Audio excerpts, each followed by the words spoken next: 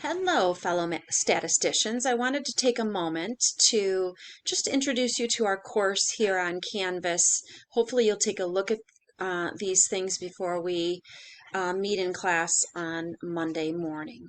So when you log into your Stat 200 course on Canvas, it'll take you to the front page where I instruct you to dig in and get started by going to the Course Introduction module. So now we're looking at it from a student's point of view. So if you go over to modules, you'll see there's this course introduction module. And if you click on the course introduction page, it's going to take you to everything important here relative to the ins and outs of our course. If you click on the instructor introduction, I've told you a little bit about myself, about my family, about my dogs, and some cute little pictures of our adorable dogs. If you go back to the course introduction module and the course introduction page, it will take you to, if you click here on syllabus, it will take you to the syllabus. And if you click here, it'll download the syllabus or give you a preview depending upon whether you clicked on the syllabus or on the download arrow. But please be sure to take a few moments to go through and read through this syllabus carefully. Many important things with regards to the WebAssign card that you need that is necessary for you to be able to complete the homework assignments that will be assigned daily in our coursework. This can also be found in LionPath. My policy with regards to attendance, you need to be in class every day. It's of course imperative in order to ensure success, and it talks about the penalties that you will encounter if you miss upwards of 4 classes or more.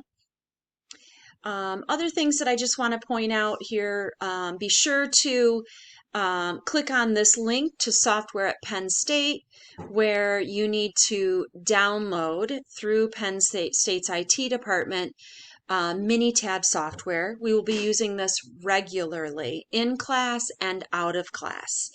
And if you don't download it, then you're going to be doing a lot of tedious calculations by hand that will take you hours on end, and you don't want to take that much time to complete work that can be done relatively quickly using Minitab. We'll also be using Microsoft Excel a lot, so you'll want to make sure you've got Excel active or Google Sheets active on your computer. Gives you the breakdown of the grades. We'll have discussions, our graded assignments at webassign.net, quizzes weekly, 4 exams, one of which is the final exam. And the graded assignments include weekly a turn-in assignment where we'll be looking for you to show all of your work necessary to answer the question. So be sure to read that carefully. In Canvas, you'll also see a link to discussions, and those discussions, there will be a weekly discussion that's called Week 1 Q&A or Week 2 Q&A and so on. But also we'll have discussions with regards to questions that we pose in class that I would like everyone to comment on in Canvas. And the instructions with regards to those discussions is here. Those discussions make up 5% of your grade. If you've been a part of Penn State Shenango, you're familiar with the SHARC, wonderful resource center. I'll be here with you every step of the way as well to walk you through, talk you through whatever questions you might have. Happy to connect with you in person at school. Happy to connect with you via Zoom. We're all now experts at Zoom due to the pandemic. And then here's how your grade is broken out. I mentioned 5% is discussions. The graded assignments make up 15%, the weekly quizzes 20%, and each of the exams make up 15%. Other important things here that I don't want you to disregard, but again, I'm just highlighting the things that might be unique to our class. And then our class schedule. And we will stick to this schedule. Whatever we don't complete in class in our time together, it will be, the remaining examples will be posted for you in Canvas, and you'll be able to work through those examples there on your own time to complete what we don't complete in class. So one other thing that I want to point out here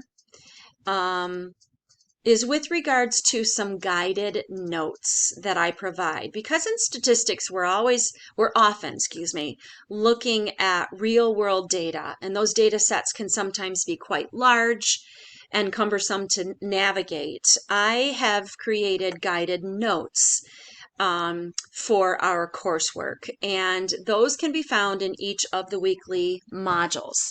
So if you go back to the modules, obviously on Monday we'll be beginning week number 1. And so if I go to, let me exit student view because I haven't published this yet. But if you go to week 1, you're going to see that there's an overview. And in the overview, it gives you just sort of a basic description of what it is we want to accomplish in our first week of classes, Monday, Tuesday, Wednesday, and Friday from 9:05 to 9:55. What things you need to be sure to read through in your textbook, and what the assignments are going to be for that week. So you can see we've got a discussion assignment, we'll be doing an activity, we actually have a second discussion assignment. Our web assignment will be all of chapter 1 combined once we've covered all of the lessons therein, and then our week 1 quiz. The turn-in assignment for week 1 is optional, but I definitely encourage you to do it just to get used to the whole method of uploading those assignments in Canvas for credit. But back to the week 1 module, you'll see that I have provided a link to chapter 1 guided notes, but also to chapter 2 part 1 guided notes. Here you'll find the links to the Google Slides that we'll be working through in class together. So we'll be starting with lessons 1.1 and 1.2, moving on to lesson 1.3, and later in the week we'll be starting in chapter 2 with lessons 2.1 and 2.2. So the guided notes go along with the examples and notes that we're going through in my Google Slides that we'll be discussing in class together. I would encourage you to download, if you're somebody who's it's really important that you take very good notes. I like that. If you download these guided notes and print them off, then you'll see that these guided notes correspond to the Google Slides that we will be working through in class together. Okay? So if you're real in tune with regards to taking good notes, I would definitely encourage you to have those downloaded and printed before you come to class on Monday morning so that you're there ready to go in taking notes. It will involve you writing less and spending your time focusing on writing just responses to examples that we work through. So those guided notes are going to be provided for you throughout the course of the entire semester. Back to the week 1 module, you'll also find that I will be posting just different resources that will give you extra practice. So like in week 1, I've got some Quizlets. Some of my favorite sites are Quizlets and Kahoots. And so on. So in week 1, you'll find some Quizlets where you can click on the Quizlet, it will open it up in a new browser, and you have options in terms of what you can do to reinforce the learning that has taken place in class. Over on the left-hand side, you see we've got flashcards, which is what it automatically defaults to. You've got a match as well. Those are the two that I use most frequently. So here we're looking at flashcards, and it says, what do we call methods of summarizing a set of data? You want to try to think through what you think are those methods of summarizing a set of data. Once you have an answer, then click here on the card and it will flip it and tell you these are what we call descriptive statistics. And then if you go to advance to the next flashcard by hitting the right arrow, you'll see, I hit it twice, sorry. You'll see if you click on the card, it usually defaults to the definition, and then you click on the card to get the answer, but you can do it the other way around as well. So I clicked on the card and it says all outcomes for a variable along with how often each outcome occurs. You want to think through what you believe is being described here, and then once you have an answer, click on the card and it will tell you that that's what we call the distribution. But another neat feature on Quizlet is the match option over here. These are my two favorites. So it tells you make everything disappear. Drag corresponding items onto each other to make them disappear. So if you start the game, we were just saying that methods of summarizing a set of data is descriptive statistics. So you could click on the methods and drag it onto descriptive statistics and it'll disappear. And then we said that distribution is all outcomes of a variable along with how often each outcome occurs. So if you click on this and drag it down here to distribution, it will disappear. And then after doing so for all of the cards here in the match game, it will give you feedback as to whether or not you answered them correctly.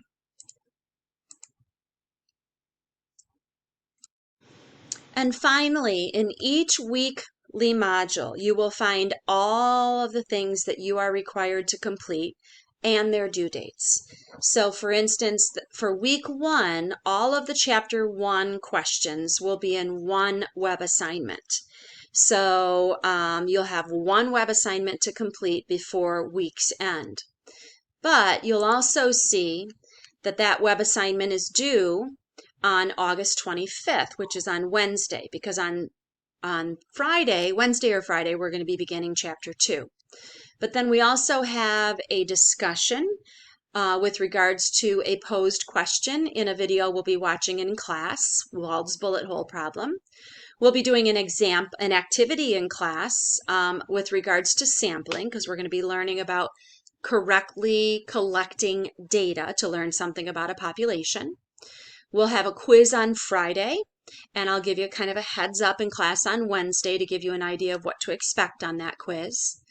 Another discussion with regards to a posed question in a video we'll be watching in class this week. And then our week 1 turn-in assignment is optional, but I would encourage you to do it just to get practice uploading in Canvas. Many of you have had me in the class in the past during the pandemic, so you're familiar with this. But this one is just a simple getting to know you, where I ask you to respond to a few questions that I didn't already ask in the Introduce Yourself discussion. So listen, be sure to message me with whatever questions you may have. You can message me in Canvas. That's where I'll see it first. If you prefer to send me a message to my email on the syllabus, that's fine as well, but you'll get a more immediate response if you message me in Canvas. So feel free to take a look at some of the things that I pointed out here today and other things that are available to you in Canvas, and message me with whatever questions you may have. I'm looking forward to seeing all of your smiling faces in class on Monday.